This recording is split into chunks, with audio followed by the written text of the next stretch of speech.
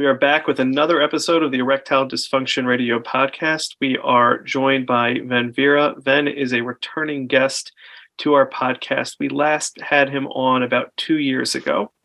I encourage anybody who has not listened to that episode to go find it in our archives. You can hear Ven's story from start till, I won't say finish, but start till about 2020, 2021. And today we're going to be getting a little bit more of his story, a little bit more of an update about where his life has been, as well as we're going to talk a little bit about a project that Ven and I worked on together recently. For those of you who don't know Ven, he is a well-known public speaker, and he is also a director of healthcare staffing at a major corporation. Ven was courageous enough to speak publicly about his experience of erectile dysfunction, both from a medical and also from a psychological standpoint. I was very inspired when I first heard him talk, and I really wanted to have him on the podcast. And thankfully, we were able to get him on as one of our earliest episodes.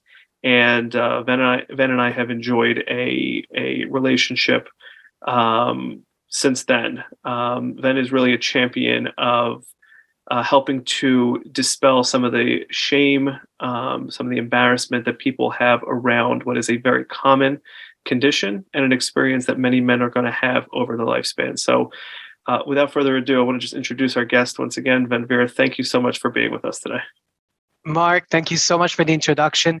Thank you for having me, and it's good to be back. I remember the episode we had and how much impact it had on a number of people that listened to you, because they reached out to me afterwards to dive deeper into their situation and to be able to get more information in terms of, and inspiration in terms of how they can deal with their own situation. Also want to acknowledge you, Mark. I really want to acknowledge you for the work that you do in your podcast and your practice. I think it's wonderful that you're helping people to be able to address their situation, whether it's physical or psychological, around erectile dysfunction, and really give them an access to be able to see the possibility that they can bring into their lives beyond the situation that they're facing, and release them from that fear or that trauma or the challenges that they may encounter, and be able to move forward and have a happier life.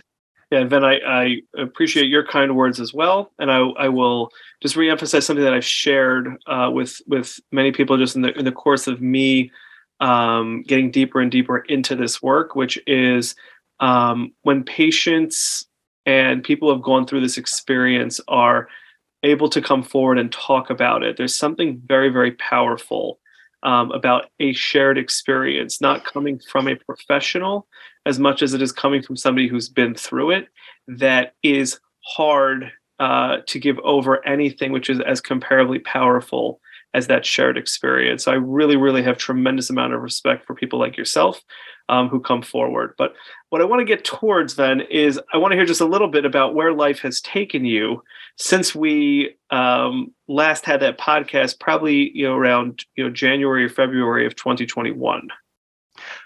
Wow. Okay. So it's interesting because in the last episode, you might recognize that painting in the background, but everything else is different. I had remembered that at the time we did our episode, I had just moved to Vancouver. I had gone through a difficult divorce, and I was trying to find myself in my career, in my personal life. I was going through a lot of transition, and lo and behold, you offered for us to do a podcast, and I was just like, it felt right, despite that time being a heavy transition time of my life. It felt like it was the right time. Since then, I've been on a journey of discovering my new city, Vancouver, Canada, living by the ocean and the beach, and just being in deep reflection as I would gaze at the sunset almost every evening, thinking about life and what's next and what can I do, and it was far beyond the erectile dysfunction. I think last time when we spoke about my erectile dysfunction story, it took me from a journey of me feeling that deep feeling of shame and guilt to actually having the courage to move forward and get physically cleared, and also going through therapy to be able to address the mental trauma that I was holding on to for 10 years. And that offered me a new possibility into a new life. And now when I was in Vancouver, I was faced with another transition, another difficulty. And I feel like life is all about ebbs and flows, but it's really about going through it, feeling the emotions, and doing something about it. So since we last spoke, I've been in Vancouver. I've been enjoying the beach. I've been enjoying the ocean, enjoying a slower pace of life. I've also started a new job, as you mentioned, where I've been working as a director in a global healthcare staffing. It's been a great journey of a year and a half now. And I've also taken on a lot of other speaking engagements where I've been some related to erectile dysfunction, but some related to more of my my line of work, which is around the future of work, and also did some wedding emceeing, corporate conference emceeing, and other types of engagements. So it's been a great 1 year and a half and a great journey. I think life is always about ebbs and flows, but we often think that we can choose our story, but sometimes our story chooses us, right? And when we're dealt with whatever life brings to us, we always have a choice of how we want to face it. And it's important to know that there are people out there willing to help us. And so that's why I'm happy to be a patient advocate, to be able to share my story, keep spreading the message, keep doing my part the same way that you're doing your part, Mark, in helping people overcome their challenges that they're faced with erectile dysfunction. So I'm really happy. Long story short, it's been a great journey, not an easy journey, but one filled with lots of discovery and new hope. Yeah.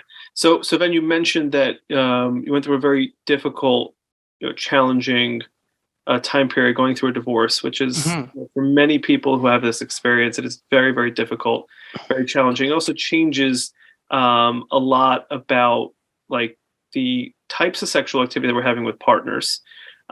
Because in many instances, it kind of reopens the possibility of dating and having to engage with new people. And certainly when the history of the concern, the fear, the anxiety about sexual performance is present with a brand new relationship or a brand new sexual encounter, it really is a whole different type of experience. So, Ven, I know that you speak so openly, so I hope you don't mind if I ask, over the past year and a half, 2 years, have you met new people? Have you engaged in new relationships? And how has that been with the backdrop of having experienced erectile dysfunction? That is such an interesting story, and it definitely brings a new dynamic this time around in this new episode. So just so you know, the person I got married to was actually the first person that I had sex with, and she was the only person I had sex with. And we were together for 7 years, and everything was well in the relationship. But when it ended, when I say well, I mean physically, right? And when we ended the marriage, even though it was amicable, I was faced with a situation where there was no Tinder, no Bumble, no Hinge, or other dating apps, or other ways of meeting people that there wasn't when I initially had met my girlfriend that became my wife at the time. So it was a very different space to be in, a very unique space to be in at such a different time of my life. And this is something that several people may have experienced in their journey of dating, but I was fresh and new to it. And to answer your question, I did, meet some people through these apps and through friends that introduced me to different people. I did have sex and had some moments where it was successful, but there was some moments where it was challenging, because I feel that as you connect with someone and you discover their body and they discover yours, there's a certain trust, there's a certain familiarity that builds. And sometimes, interestingly, the body will respond or not respond, right? And for me, it was about getting comfortable with being uncomfortable at times. I did get into another relationship that lasted 13 months from an erectile dysfunction. Overall, it was good. There were some moments where there were some challenges, but I would say more of my challenges were when I was dating and had some sexual encounters and having to get used to that. So there were some moments that were challenging because of the unfamiliarities of two people connecting for the first time or a few times. And Ben, you bring up a really another really good point. We did an episode on dating apps, and you certainly are not the only person who has exited a long-term relationship into an entirely new dating scene. Not to mention that you exited a relationship into a pandemic where the alternative options of going out and meeting people were largely unavailable. So I think there are many people who have this experience where they have exited a long-term relationship, either with the loss of a partner or the ending of a relationship, and they're entering into a brand new scene, which in and of itself can be very anxiety provoking. You've got to learn how to navigate this new culture, learn the etiquette of dating apps, learn what you're supposed to say, not supposed to say, when you're supposed to engage and whatnot, which brings a whole nother dynamic. But on top of that, I think the other experience that you're describing here, which is the comfort that is oftentimes necessary to both be able to talk with a partner about sexual function challenges, as well as get into that space where the anxiety is low enough because you are comfortable with the partner. And oftentimes in that initial phase of engaging with a new partner, it really can be very anxiety provoking. And it sounds like you had the experience, like many other people, where sexual function was less reliable at the onset of a relationship until things got a little bit more comfortable. You are correct, Mark. And just setting the environment of what led to that, we were entering a pandemic, or we had gone through a pandemic, and people were uncomfortable meeting for obvious reasons of, not wanting to catch COVID. And there were some rules and restrictions in terms of what was possible and not possible. So that did brought some challenges. When we were able to date and connect with people again, people were still fearful, right? So for me, I did go through the dating apps. I would go through meeting people in my new city, in person, in social settings. And through friends that would introduce me. And interesting, sometimes it would be the elevator of my building, right? So it was just a very interesting way of, trying to connect and meet with someone.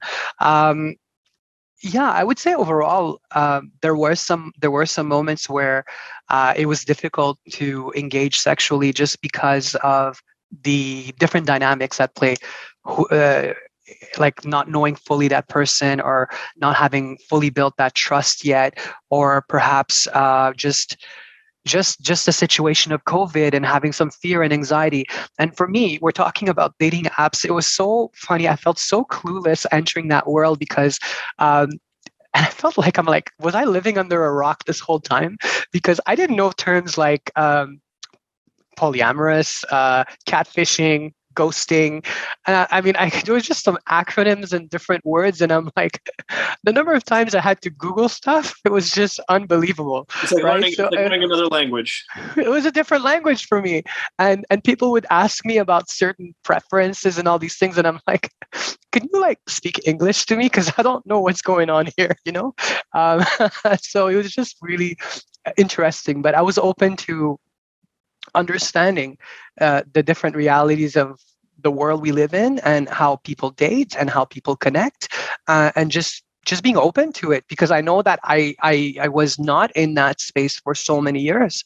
So it was a complete reality for me. And you know what? I was just open to life experiences and just seeing, being aware of what's out there and understanding what people are facing. And yeah, it was just very interesting. It was very interesting to enter this space of dating in a way I had never knew it existed. Yes, absolutely. So one of the other things that I think our listeners would be interested to know about is, in the newer relationships, did you have a specific approach or philosophy about whether to disclose some of your history and some of the challenges, or whether to kind of wait and see, or to pretend like if it were to happen, it was the first time and it caught you off guard? I know that men have adopted different strategies when they find themselves in these new relationships. I'm wondering if you had a general approach. Yeah, if I was to engage with someone in a relationship, it was very important for me to be open and transparent about my life. And I also feel that if I was to engage in a relationship, I want them to know me for everything that I am. and everything that I'm not. And so I would disclose it. And to be honest, Mark, like, it's not hard. If like people just Google my name, they'll see the episode, whether it's our episode of our podcast or something else. The moment they know my last name, it's like, it's an easy find, right? So I would certainly inform them, and it's not something to be ashamed of. It's something of who I am and what I've experienced and what I've overcome. And what was really beautiful, Mark, is the how a number of people that I've connected with in the last 2 years have been were very positive about how they responded to me sharing what I shared about my past in dealing with erectile dysfunction and what I've overcome. And they, in fact, found that it was very brave and vulnerable of me to share that. And they really appreciated that. And I think that opened up a space for us to expand our trust and dive deeper together. Wow. That is really, really powerful. Now, for our listeners, I want to talk a little bit just about our recent episode that we did together, not for this podcast, but for a television series that has yet to air. We had an opportunity to kind of sit together on a bit of an expert panel, fielding live calls from some listeners where you got to share from your experience, the expertise that you've gained. And I got to share just a little bit from my clinical experience and expertise. I found it to be a really powerful experience. I don't think you and I have actually had an opportunity to talk much about that. So maybe this would be a good time to enlighten the listeners a little bit more about that and your experience of that as well. Mark, thank you for bringing that up. And it's interesting we're talking about it for the first time since I thought that was such a brilliant experience, Mark, and I certainly hope that we can emulate that in the future. I'm very excited about the episode. So just for your listeners, it was a triad of myself as the patient advocate that had gone through dealing with erectile dysfunction. There was yourself as the clinical therapist that spoke about your viewpoint of addressing that with your patients and just your knowledge about that situation. And there was also Dr. Pedro Maria, who was the urologist, who also shared his viewpoint from a scientific and research perspective. So it was very interesting that when people would call in, whether they were the ones dealing with the erectile dysfunction or they had a boyfriend or a husband or somebody in their life dealing with erectile dysfunction, how they were able to rely on three different approaches, whether it would be me, you, or Dr. Maria, to share our viewpoints. And what was really interesting, Mark, is that number one, I didn't know that was going to happen. It happened, but I was all game for it to be able to help people because I could so connect to the fact that, hey, I had gone through 10 years of darkness and not sharing my story and my situation with everyone.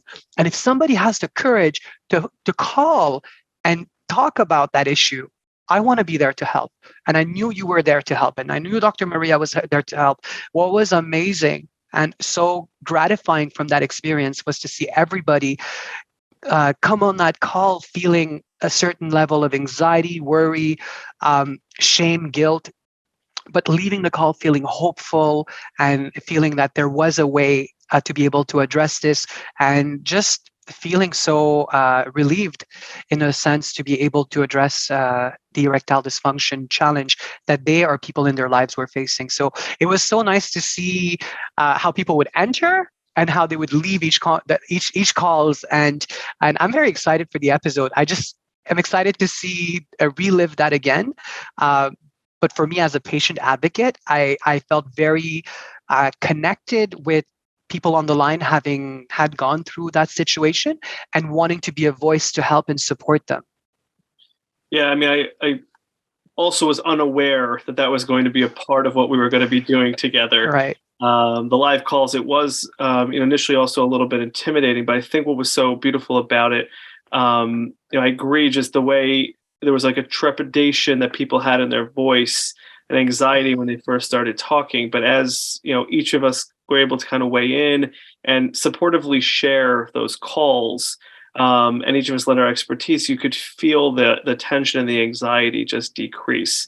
It was really, really nice to see that. I also thought just the collaboration between you, myself, and Dr. Maria was just really, really powerful, to be able to kind of like just demonstrate just the complexity of the experience, the multifaceted nature of the experience, and how, like, when addressed properly, there really is a collaboration between, you know, all different sides of the erectile dysfunction equation.